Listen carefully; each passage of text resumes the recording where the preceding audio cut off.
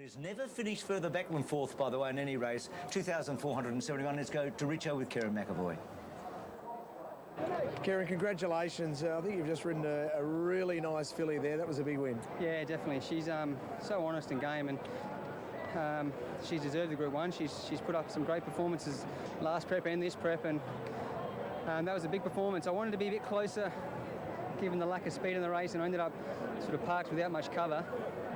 But she travelled like a dream, and I was a little bit worried at the top of the lane because they kept coming out in front of me, and I sort of had to keep going wider and wider and wider. But full credit to the filly. She showed a great turn of foot there to get herself on top and prove how good she is. It must be a sweet feeling to weigh in for yet another Group 1 win. I think the 60th in your career. It would never get old. No, that's right. It's handy to be knocking them in on the big days. It's great to be a part of it, and getting good support by trainers like Chris Waller always helps, and it's nice to be able to get the job done. And yeah, full fair play to him and his team. They've had a great day, and well done to Denise Martin. She's doing gangbusters, and it's great to see her get another Group 1. Well done, mate. Fantastic ride. Thank you. 6 of those 60 this season for Karen McAvoy. Huey Bowman's on 11, and no other jockey's got more than 4. Married to Kathy Payne. Denise Martin, of course, was with Gay. Started with Chris Waller for a while. Let's go on board with Tommy Berry with Rising Romance. It looked like Tommy Berry decided from that wide barrier just to come out steadily and track across and try and save a bit of room by going to the inside rail, which he managed to do pretty well given his position. Rising Romance, however, hasn't really been in very good form, especially compared to where she used to be, and probably didn't go through with it. Well, he's following the right horses. Heavens Above, Extensible in the centre there. Abby Marie to his left of shoulder. What he's doing is he's trying to get out to that fresh going. You can see Euro Angel in the orange colours out further. He's in a wall of horses here, but he thinks he's following the right ones. Got Dixie Blossom up further. That's going to take him right up into the race. Silence Edition in the green, just sneaking 2 horses up, as you can see. Now they really clap it on. This is inside the 600. Dirt Clog's coming back. Gaps starting to open up. Do I go inside? Do I go outside? There's too many horses outside me. Look at the gaps on the right of shoulder. It must be fascinating as a jockey, just really navigating your way through, wondering, because the horses in front go left, go right, they don't stay in a straight line. The one thing about when they start to drift out, everything seems to get pretty much clear running in the straight. I know if they've got to dive back to the inside. Oregon's Day was super. She was one of the few to make ground back up the inside and did a tremendous job there. I think the first surprise out of that race was First Seal. Blake Shin fired her out from an awkward gate and went up and sat outside Silent Sedition. And for those of us that fancied Silent Sedition, we wanted to see it, get it a little bit soft, because if there was a query, it was the last 100 metres of a strong run mile. So it probably adds merit to her performance. We saw Blake do that earlier in the day on another one as well. So was he a little over anxious? Yep, Chris Waller about how well. And have a look at her here. It's game face on for her and her jockey, Huey Bowman. I mean, such an association. Dick Capitas there, one of the part owners. I mean, we know she wears a harness sleeve. Peter Ty there, he owns Preferment and all these other horses. And for Huey and the She's Apples. And then just all the crowd that came. And this wonderful, have a look at her eye here. Have a look how clear it is. She just knows what's going on. And then the adoring crowd afterwards. And this beautiful shot here, isn't it, of a horseman and his great mare that he loves riding. We loved it. We never get sick of it. It was beautiful to see Christine, his wife, with Huey afterwards, and to share the moment. Just a day to remember forever. So Winx keeps on keeping on. She's won 17 straight, 12 Group 1s, 6 Group 1s in a season, equals the record with Weekend Hustler, 6 in the one season. It's pretty remarkable stuff. And who knows, I mean, what's in front of her, but we think a third Cox Plate. We think the all-time record of races and in terms of stake money won. She may get in a Black Caviar 25, who knows, but is she the greatest horse of all time? She's certainly on the first page. She could win the Everest.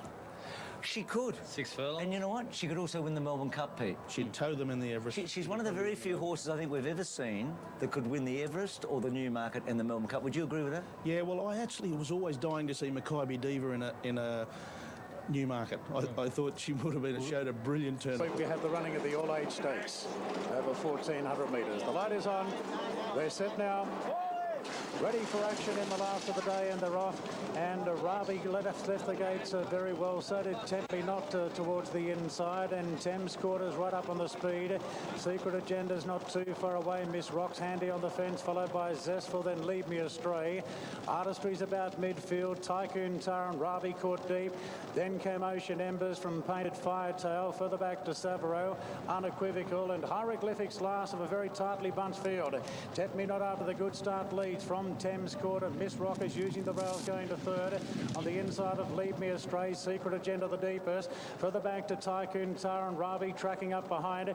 Midfield is Artistry and the orange cap. Painted Firetail's creeping closer as they come up to the home turn. There's only about 4 lengths covering them. Tempt Me Not in front from Thames Quarter and Secret Agenda. Miss Rock the inside with Painted Firetail, then Lead Me Astray. Further back to Artistry and Tycoon Tara. They're starting to fan. Wide out Secret Agenda moves up. Secret Agenda takes the lead from Miss Rock. Then came Artistry running on, but Secret Agenda's opened up a good lead. It's Secret Agenda clear from Artistry. Ravi late, Miss Rock still there on the far side, but Secret Agenda pushed out, wins the last. Secret Agenda a length to Miss Rock. Artistry third, then Ravi and Savaro. Further back to Thames Court, Hieroglyphics. Further back to Unequivocal. Tempt Me Not weakened out. Then Zestful from Lead Me Astray. Painted Firetail couldn't pick up, nor Tycoon Tara and Ocean Embers. I love Robbie. Great for Ollie and great for Mickey Price. She was second in the race last year. She's a quality mare, we know that, and this was a very strong win. Artistry, I think, had her chance, and Miss Rock, what a versatile horse she is. Yeah, well, Ollie just wanted to play the percentages. He didn't want to be in on the fence. He decided to sit 3 deep. He opened up the door for Artistry, Hugh Bowman in the gold cap back to the left of screen there. Ollie kept coming out there wide. He thought he was on the slipstream there. That's the virgin ground going in the last. We spoke about it, didn't we, before they jumped. And Miss Rock, she drew the inside gate. You wouldn't say she was unlucky. She's just very honest and got a bit of class about her. She's a very good filly, Miss Rock, and she's a filly that could quite easily go across to Adelaide for a race like the Sangster. But full credit to Mick Price and Ollie there. Probably doubted the form slightly off the Ariba. Was that good enough to come here and do that? She ran well. She ran against the pattern and closed it out. But, he's found the right part, got the job done. Artistry, no excuses at all. Well, you'd have to say not too many of them have got excuse. If there was an excuse, it was Miss Rock who drew the one marble, and we probably didn't need to be there. And Mick wouldn't have had many horses in Sydney this autumn, would he? I'm just trying to think, Mick Price. He's had a very quiet autumn for Mick, and he had Oregon's Day, ran extremely well in the Queen of the Turf or the Coolmore Legacy there previously, and she unfortunately had to come back to the inside. He's got the luck out down the outside here. Well, I think it was the target because she's been proven here in Sydney, so he's definitely got it right. Well done, Mick but as Price. Pete said, we just wondered whether that form behind Bassett at Mornington was strong enough, but strong enough it was. So to wrap it up in just a moment from Royal Randwick on, an unforgettable day in so many ways, wasn't it? Secret Agenda getting home for Ollie and Mick Price.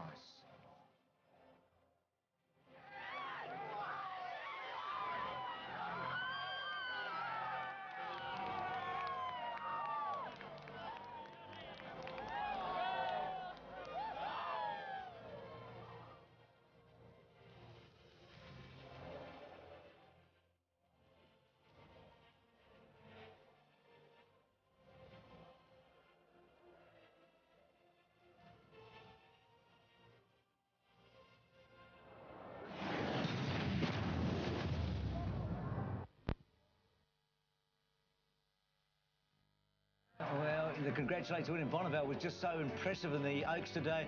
She's got cups written all over her. Huey Bowman was bullish going in, and then the mighty Winx sitting on Hartnell and then blowing them away as she so often does. Hartnell yet second again, 17 consecutive wins. It was just a magic moment, that is for sure. The Sydney Cup, of course, was a no race, never seen that before. And then Foxplay coming with a steaming run for Kerra McAvoy, Chris Waller. So Bowman and Waller, a couple of Group 1s today. Colossal days for them and for Kerra McAvoy.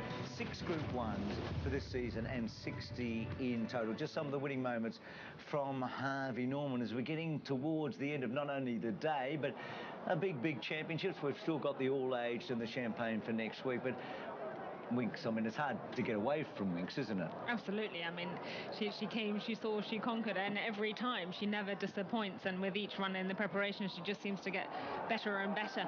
I mean, we saw her fourth run last preparation winning the Cox Plate by 8 lengths, and here again she beat the same horse, Hartnell, into second, maybe by a slightly smaller margin, but you could say Hartnell ran a better race.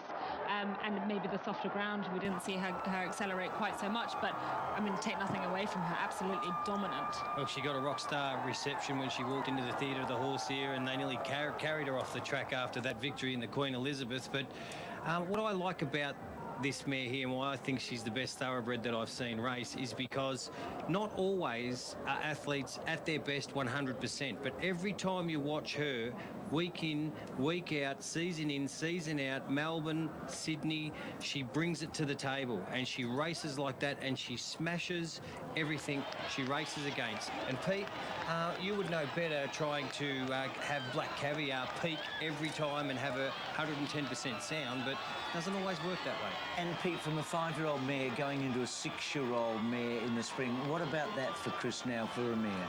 Well, I know from my experience with Black Caviar, she had her busiest time as a 6-year-old. We've seen 17 today straight, not overall, obviously. 21 in the Cox Plate, 3 lead-up runs. 25 this day next year. Does that worry you, Queen Pete? Elizabeth. I mean, you had the perfection of 25. Would it worry you if she beats Black Caviar's 25? Not at all. She's going to keep putting backsides on seats, keep us in the right frame of mind in the public. And I think it's wonderful for the racing public to see her carry on with her career. She's going to turn into a 6-year-old, and she's got a very lucrative career at stud to come, but we're enjoying her so much. You guys will be involved with that next week. Pete, thank you. It's been absolutely superb having you on board. It's been a pleasure, and let's hope maybe the Sydney Cup next Saturday as well. Yeah, no, why not, Pete? So all age, and also Greg Miles' final calls. And a reminder, the Masters in the morning, the Davis Cup around lunchtime, and the swimming tomorrow night, all on 7. It was a day with a difference, but in the end it really was a Winx weekend in Sydney, one to savour and remember. See you later.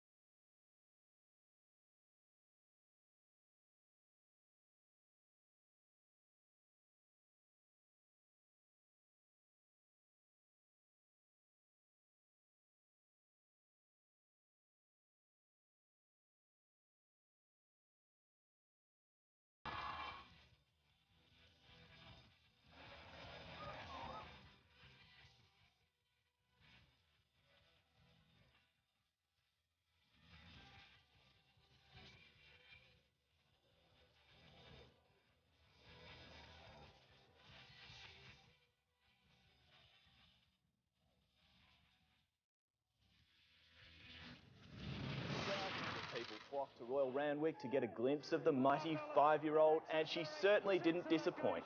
She's racing royalty, this mare. There's 17 in a row. The grandstand shaking. She wins it by about 4.5 to Hartnell. The win moves Winx into second place on the all-time Australian prize money list behind only Makybe Diva. She makes anything look perfect, really, though, Jace. She makes me look like a genius, and Huey does a great job, and I think it should all be about Winx. And for those wondering, she returned just $1.10 for the win.